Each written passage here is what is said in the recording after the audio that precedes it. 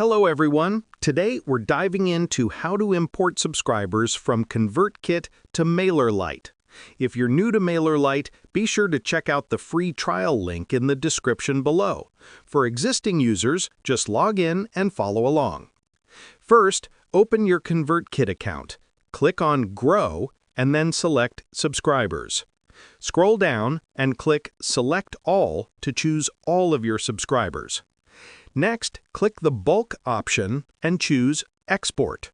You'll receive an email with a link to download the CSV file. Go ahead and download that file. Now, return to your MailerLite account.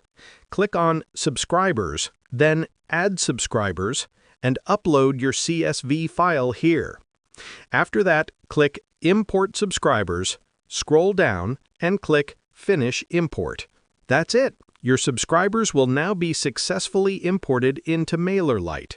I hope this video helps you. Thanks for watching.